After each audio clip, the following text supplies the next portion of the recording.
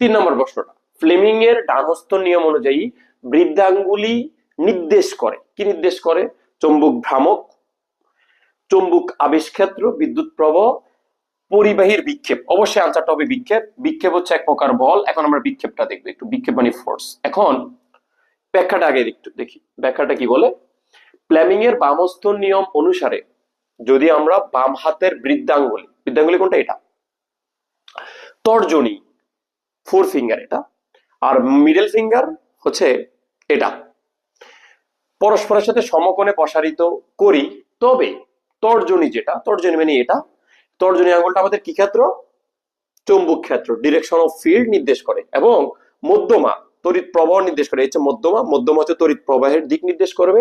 আর বৃদ্ধাঙ্গুলি পরিবাহীর উপর ক্রিয়াশীল বল, এই যে ক্রিয়াশীল বল, তাহলে ক্রিয়াশীল বল হচ্ছে এটা নির্দেশ করবে যে গতির অভিমুখ নির্দেশ করবে, যা মূলত পরিবাহীর বিক্ষেপ বা মোশন অফ দ্য কন্ডাক্টর ঘটায়। তাহলে এটা হচ্ছে তর্জনীটা কি নির্দেশ করে? চৌম্বক ক্ষেত্রের দিক। এটা হচ্ছে তড়িৎ প্রবাহের দিক। তারা পরস্পর 90 ডিগ্রি কোণে থাকবে এবং এই দুইটার সাথে এটাও কি উপরের দিকে থাকবে 90 ডিগ্রি কোণে, আর এটা নির্দেশ করতেছে। তো এটাকে শর্টকাটলি মনে রাখা যায়, father mother child.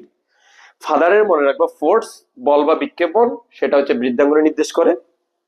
Mother magnetic field, এটা চৌম্বক ক্ষেত্র বা রাইট অ্যারো তর্জনী নির্দেশ করে। সাইল্ড বা কারেন্ট, তড়িৎ প্রবাহ নির্দেশ করে, যেটা মধ্যমা। এই হচ্ছে আমাদের ব্যাখ্যাটা। তাহলে এখানে আনসার কোনটা হবে? আনসার হচ্ছে তড়িৎ প্রবাহে পরিবাহীর হচ্ছে বিক্ষেপ, বা এটা আমি বলতে পারি এটা আরেকটা হচ্ছে বলও বলা যায়, মানে এটা ফোর্সও বলতে পারি। ফোর্স, ফোর্স, এটাকে অনেক সময় ফোর্সও বলা যায়। গেল এটা।